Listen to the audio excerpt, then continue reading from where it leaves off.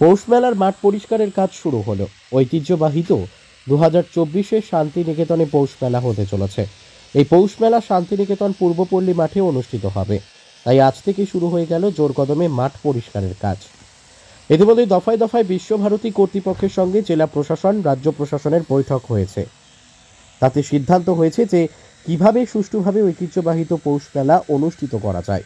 বাইরে থেকে আগত পর্যটকদের যাতে কোনো রকম অসুবিধা না পড়েন তার সমস্ত দিক খতিয়ে দেখা হচ্ছে। এই মেলা চলবে 6 দিনে। পূর্বপল্লী মাঠ পরিষ্কারের কাজ জোর কদমে চলছে। কাজী আমিরুল ইসলামের রিপোর্ট, এস নিউজ বাংলা। কি বলবেন? কদিন চলবে এই কাজ? 4-5 দিন চলবে। 4-5 দিনের মধ্যে পরিষ্কার হয়ে যাবে? হ্যাঁ। কবে থেকে কাজ শুরু হয়েছে? আপনার কি নাম? এই তো আমাদের আজকে আর্লি মর্নিং থেকে শুরু হয়েছে। এখন এই কাজ চলছে আর পুরোদমে চলবে।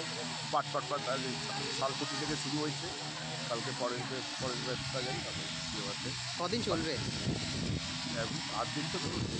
8 দিন তো টানা করতেই হবে। যেভাবে মাঠের পরিস্থিতি, 1 বছর কোনো কিছু মেনটেন্স হয়নি। এটা সামনে মেলাতে যা হয়েছে যে আপনার বিভিন্ন এবারে বর্ষাটাও ধরুন ভালো হয়েছে।